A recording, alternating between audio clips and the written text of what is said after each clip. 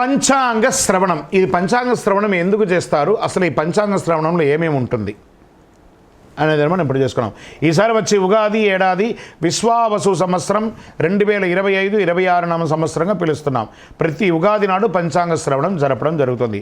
వివిధ రాశుల వారికి ఈ ఏడాది ఫలితాలు ఎలా ఉంటుంది, ప్రత్యేకంగా ఉగాది నాడు పంచాంగాన్ని ఆ రోజు ఉగాది రోజు చేయడం, గ్రహాలు నక్షత్రాలను బట్టి తయారు చేసి ఎవరి నక్షత్రంలో ఎవరి రాశికి ఎలా ఉంటుంది, అనేక రాశుల వారికి సందర్భాల్లో గ్రహాల యొక్క కదలిక ఎలా ఉంటుంది, శని భగవానుడు ఎలా ఉంటాడు, బృహస్పతి ఎలా ఉంటాడు, రాహుకేతువులు ఎలా ఉంటారు, బుధ శుక్రులు, ఇలా ఒక్కొక్క గ్రహానికి ఏ విధమైనటువంటి గ్రహాలన్నీ మారి ఆ రాశులకి ఏ విధమైనటువంటి ఇన్ఫ్లుయెన్స్ ఉంటుందని తెలియజేసేది పంచాంగంలో. ఆదాయ వ్యయాలు, రాజపూజ్య అవమానాలు చెప్పడం జరుగుతుంది. కొత్త సంవత్సరం వర్షపాతం ఎప్పుడు ఉంటుంది అని చెప్పబడేది ఆ పంచాంగ శ్రవణంలో ఉంటుంది. శుభముహూర్తాలు ఎప్పుడెప్పుడు ఉన్నాయి, తర్వాత కర్తరి ఎప్పుడు ఉంది, మూడాలు ఎప్పుడు ఉన్నాయి, ఈ వాతావరణంలో ఏమైనా తేడా ఉందా, తర్వాత సంక్షోభం ఏమైనా ఉందా, అతివృష్టి అనావృష్టి ఏమైనా ఉందా, పంటలు ఎలా పండుతాయి, ప్రధానంగా పెళ్ళిళ్ళ సీజన్ అప్పటి నుంచి ప్రారంభమవుతుంది కాబట్టి పెళ్ళిళ్ళు ఎలా ఉన్నాయి, ముహూర్తాలు అసలు ఉన్నాయా లేదా, తిరిగి ఎప్పుడు మంచి ముహూర్తాలు వస్తాయి. ఉగాది రోజున పంచాంగ శ్రవణం అన్ని దేవాలయాల్లోనూ అన్ని ఊరిలోనూ మన గ్రామ పంచాయతీలో కానీ రాష్ట్ర ప్రకారం అయితే పెద్ద పెద్ద అధికారుల ముందర కానీ లేదా గవర్నర్ బంగ్లాలోనూ సీఎం బంగ్లాలోనూ ఒక్కొక్క వారి యొక్క ప్రకారం అందరూ చేసుకోవడం జరుగుతుంది. ఇది పల్లెలా వాడలా జరుపుకునే ఒక అద్భుతమైనటువంటి పండుగ కాబట్టి ఇది ఉగాది. ఈరోజు పంచాంగ శ్రవణం వినడం వల్ల సంవత్సరం మొత్తంలో తిథివార నక్షత్ర యమగండ దుర్ముహూర్త వర్జ్యాలు మనం తెలుసుకోకపోయినా ఈ ఒక్కరోజు తెలుసుకోవడం వల్ల ఈ సంవత్సరానికి కావలసినట్టు ఉంటుంది. ఈ పంచాంగ శ్రవణం వినడం వల్ల ఆయుక్షేమం అవుతుంది, దీర్ఘాయుష్ పొందుతారు, ఐశ్వర్యాన్ని పొందుతారు. ఏ విధమైనటువంటి ఆటంకాలున్నా మనకు కూడా అనిపిస్తుంది మనం ఏదైనా నిర్ణయించుకోవాలి, ఈ సంవత్సరం ఈ విశ్వావసు నామ సంవత్సరంలో నేను ఏదైనా సాధించాలి అనే దానికి శ్రీకారం చుట్టే ఒక ప్రక్రియ ఉన్న రోజే ఉగాది. కాబట్టి ప్రేక్షక మిత్రులందరూ కూడా మా ఛానల్ ద్వారా చూస్తున్నటువంటి వారు ఇది మీకు నచ్చిందంటే సబ్స్క్రైబ్ చేయండి, లైక్ చేయండి, మీ మిత్రులకు అందరికీ కూడా షేర్ చేయండి. ఉగాది రోజు ఒక్కటి చేస్తే 1000 రెట్లుగా మీకు అనుగ్రహం కూడా వస్తుంది. ఇది మాత్రమే కాదు, మా యొక్క ఛానల్ అభివృద్ధి కోసమే కాదు, మీరు కూడా మంచి విషయాలను తెలుసుకున్నారు, ఒక ఆనందం అనిపిస్తేనే ఇతరులకు షేర్ చేయండి. విజయవస్తు. ఉగాది పండుగ ఎలా జరుపుకోవాలి ఇవన్నీ పంచాంగ శ్రవణం అని చెప్పేసి ఉగాది పండుగ ఎలా చేయాలి. ఉగాది రోజు సూర్యోదయం కంటే నిద్ర లేవాలి. ముందు చక్కగా తలకు నువ్వుల నూనె పెట్టి అభ్యంగన స్నానం, చక్కగా సూర్యుని ముందర నిలబడుకొని ఒకసారి సూర్య నమస్కారాలు చేసేసుకొని తల స్నానం చేయాలి. నలుగు పిండి పెట్టుకొని చేయండి. కొత్త బట్టలు ధరించండి. ఇష్టమైన దేవుడికి పూజించండి. ఇంటికి మామిడి ఆకులు వేప ఆకులతో చక్కగా తోరణాలు కట్టండి. బంతిపూలతో పూలసరాలతో కట్టండి. ఇష్టమైన దేవుని పూజించండి. ఉగాది పచ్చడి తాగండి.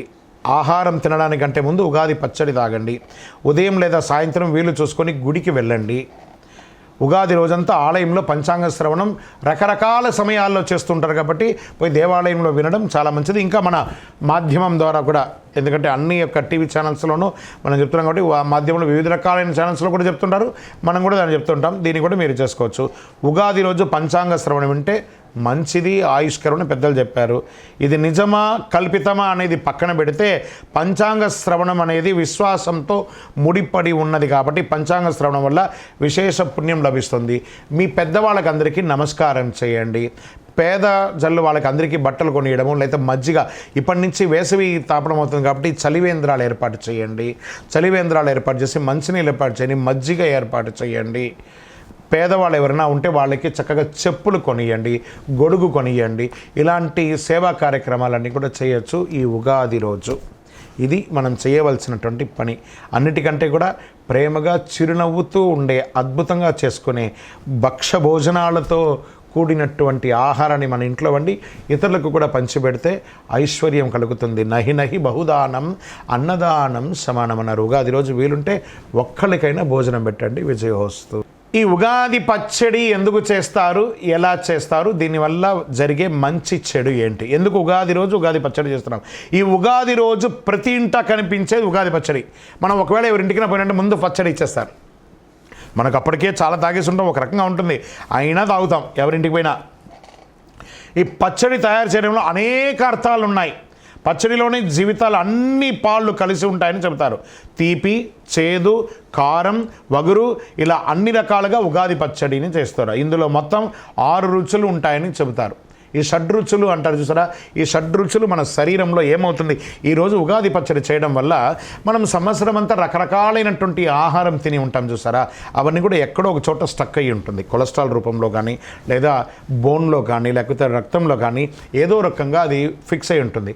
ఈ షడ్రుచులతో కూడినటువంటి ఒక ఉగాది పచ్చడి తీసుకోవడం వల్ల ఇవన్నీ కూడా క్లెన్స్ అవుతుంది, క్లీన్ అయ్యి అన్నీ కూడాను వ్యర్థంగా బయటికి వెళ్ళిపోయి మనం ఆరోగ్యవంతులుగా ఉంటామట. ప్రతి నరం, ప్రతి నాడి, ప్రతి శరీరంలో ప్రతి కణము కూడా కదులుతుందట ఈ ఉగాది పచ్చడి చాలా నక్కసిక పర్యంతం. మన బండి ఓవరాల్ ఆయిల్ అన్నట్టు, ఇప్పుడు ఎలా మన స్కూటరో కారో ఏదో ఒకటి కొంటే ఎలా ఓవర్ ఆయిల్ అవుతాం, అలాగే మన శరీరానికి ఉగాది పచ్చడి ఒక ఓవర్ ఆయిల్ చేసే ఒక అద్భుతమైనటువంటి సంజీవని ఔషధం, అంత గొప్పదన్నమాట. ఇందులో తీపికారం, పులుపు, వగరు, చేదు, కారం కలయికతో ఉగాది పచ్చడి తయారు చేస్తారు. మన జీవితంలో అన్ని రుచి చూడాలంటే ఈ ఉగాది పచ్చడి విశిష్టత. కష్టాలు, సుఖాలు, దుఃఖాలు, సంతోషాలు ఇలా అన్ని జీవితంలో చూడాల్సిన వస్తుందని ఈ పచ్చడి ద్వారా మనం సంస్కృతి మనకు తెలియజేసే ఒక మహత్తరమైనటువంటి ఒక విషయం అనమాట ఇది. ఈ పచ్చడిలో కలిసే వేప పువ్వు చేదుకి గుర్తుగా, మామిడి ముక్కలు పులుపుకి గుర్తుగా, అరటిపండ్లు తీపికి గుర్తుగా ఇందులో జత చేస్తూ ఉంటాను. బెల్లాన్ని కూడా ఇందులో కలుపుతాం. వేసవి కాలంలో వేడి చేయకుండా పూర్తిగా తిన్నది జీర్ణం కావడానికి వీటిని ఉగాది పచ్చడిలో ఉపయోగిస్తారని పెద్దల కాలం నుంచి దీన్ని పాటిస్తూ మనం వస్తున్నాం. పచ్చడితోనే ఈ పచ్చడి తినడం ద్వారా జీవితం అంటే అర్థమయ్యేలా పూర్వీకులు ఈ తరం వారికి చెప్పే ఒక మిగిలినటువంటి మనకు ఒక అవశేషం అని కూడా చెప్పవచ్చు. ఈ జనరేషన్ అంతా ఫాస్ట్ జనరేషన్ కదా, అలాంటిది ఒక మిగిలిందని ఒక అవశేషంగా చెప్పచ్చు. పచ్చడిలో మాదిరిగానే జీవితంలో షడ్రుచులు ఉంటాయి, వాటిని సంతోషంగా ఆస్వాదించాలని పెద్దలు ఉగాది నాడు నుండి మీరు ఉండాలని చెప్పారు. ఆరోగ్యకరమైనటువంటి ప్రయోజనాలు, అనేక ఔషధ గుణాలు ఉంది ఇందులో. శరీరంలో ఆరోగ్యాన్ని కాపాడుకోవడానికి ఈ రకమైనటువంటి రుచులు జీవితంలో అవసరమని కూడా చెప్పేలా ఉగాది పచ్చడి తయారు చేస్తారు.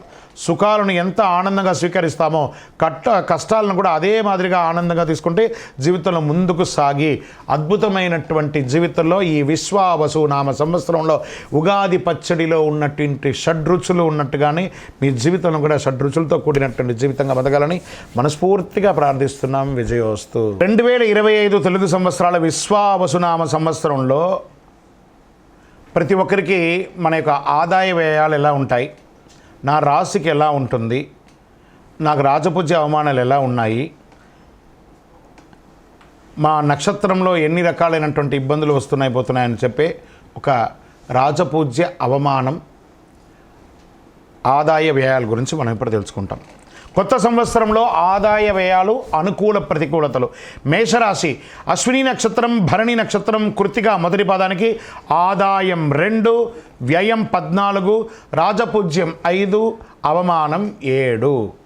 వృషభ రాశి వారికి కృత్తికా నక్షత్రం 2, 3, 4 పాదములు, రోహిణి, మృగశిర నక్షత్ర సంపూర్ణం మొదటి 2 పాదాలకి ఆదాయం 11, వ్యయం 5, రాజపూజ్యం 1, అవమానం 3. మిథున రాశి మృగశిర 3, 4 పాదాలు, ఆరుద్ర, పునర్వసు మొదటి 3 పాదాలకి ఆదాయం 14, వ్యయం 2, రాజపూజ్యం 4, అవమానం 3. కర్కాటక రాశి వారికి పునర్వసు ఆఖరి పాదం, పుష్యమి, ఆశ్లేష నక్షత్రం వారికి ఆదాయం 8, వ్యయం 2, రాజపూజ్యం 7, అవమానం 3. సింహరాశి వారికి మఖ, పుబ్బ, ఉత్తర మొదటి పాదాలకి ఉన్నవారికి ఆదాయం 11, వ్యయం 11, రాజపూజ్యం 3, అవమానం 6. కన్యారాశి వారికి ఉత్తరా నక్షత్రం 2, 3, 4 పాదములు, హస్తా నక్షత్రం, చిత్తా నక్షత్రం మొదటి పాదాలకి ఆదాయం 14, వ్యయం 2, రాజపూజ్యం 6, అవమానం 6. తులారాశి వారికి చిత్తా నక్షత్రం 3, 4 పాదాలు, స్వాతి నక్షత్రం, విశాఖ మొదటి 3 పాదాలకి ఆదాయం 11, వ్యయం 5, రాజపూజ్యం 2, అవమానం 2. వృశ్చిక రాశి వారికి విశాఖ 4వ పాదం, అనురాధ నక్షత్రం, జ్యేష్ఠ నక్షత్రం వారికి ఆదాయం 2, వ్యయం 14, రాజపూజ్యం 5, అవమానం 2. ధనుసు రాశి వారికి మూలా నక్షత్రం, పూర్వాషాఢ నక్షత్రం, ఉత్తరాషాఢ మొదటి పాదానికి ఆదాయం 5, వ్యయం 5, రాజపూజ్యం 1, అవమానం 5. మకర రాశి వారికి ఉత్తరాషాఢ నక్షత్రం 2, 3, 4 పాదాలు, శ్రవణ నక్షత్రం మరియు ధనిష్ఠా నక్షత్రం మొదటి 2 పాదాలకి ఆదాయం 8, వ్యయం 14, రాజపూజ్యం 4, అవమానం 5. కుంభరాశి వారికి ధనిష్ఠ 3, 4 పాదాలు, శతభిష నక్షత్రం మరియు పూర్వభద్ర నక్షత్రం మొదటి 3 పాదాలకి ఆదాయం 8, వ్యయం 14, రాజపూజ్యం 7, అవమానం 5. మీనరాశి వారికి పూర్వభాద్ర 4వ పాదం, ఉత్తరాభాద్ర నక్షత్రం, రేవతి నక్షత్రం సంపూర్ణ వారికి ఆదాయం 5, వ్యయం 5, రాజపూజ్యం 3, అవమానం 1. ఇలా ఆదాయ వ్యయాలు, రాజపూజ్య అవమానాలని కూడా మన నక్షత్రాన్ని తీసుకొని విశ్వావసనామ సంవత్సరాలు మీ నక్షత్రానికి ఎన్ని రకాలుగా ఇబ్బందులు ఉన్నాయి. ఆదాయం మీ సంపాదన, వ్యయం అంటే మీరు చేసే ఖర్చు, రాజపూజ్యం అంటే మీరు పొందే గౌరవం, అవమానం అంటే మీకు ఆల్రెడీ తెలుసు ఏమేమి ఉన్నాయో. ఆదాయ సంఖ్య కన్నా వ్యయం సంఖ్య తక్కువ ఉంటే సంపాదించిన దాంట్లో కొంత దాచుకోవాలి. ఆదాయ సంఖ్య కన్నా వ్యయం సంఖ్య ఎక్కువ ఉంటే సంపాదించిన దానికన్నా ఖర్చులు భారీగా పెరుగుతాయని అర్థం. ఆదాయ వ్యయం 2 నంబర్లు సమానంగా ఉంటే మంచి సంపాదిస్తారు, ఖర్చు కూడా అలాగే చేస్తారని అర్థం. నష్టం ఏమీ ఉండవు, అలాగే సాగిపోతూ ఉంటుందని చెప్పుకోవచ్చు. రాజపూజ్యం సంఖ్య కన్నా అవమానం తక్కువ ఉంటే మిమ్మల్ని గౌరవించే వారి సంఖ్య ఎక్కువ, తిట్టేవారి సంఖ్య తక్కువ ఉంటుంది. రాజపూజ్యం కన్నా అవమాన నంబర్ పెద్దగా ఉంటే మిమ్మల్ని పొగిడేవారి కన్నా తిట్టేవారు ఎక్కువ మంది ఉంటారని అర్థం. రాజపూజ్యం, అవమానం ఈ 2 సమానంగా ఉంటే పొగిడేవారు, తిట్టేవారు సమానంగా ఉంటారని దీని యొక్క అర్థం. విజయోస్తు.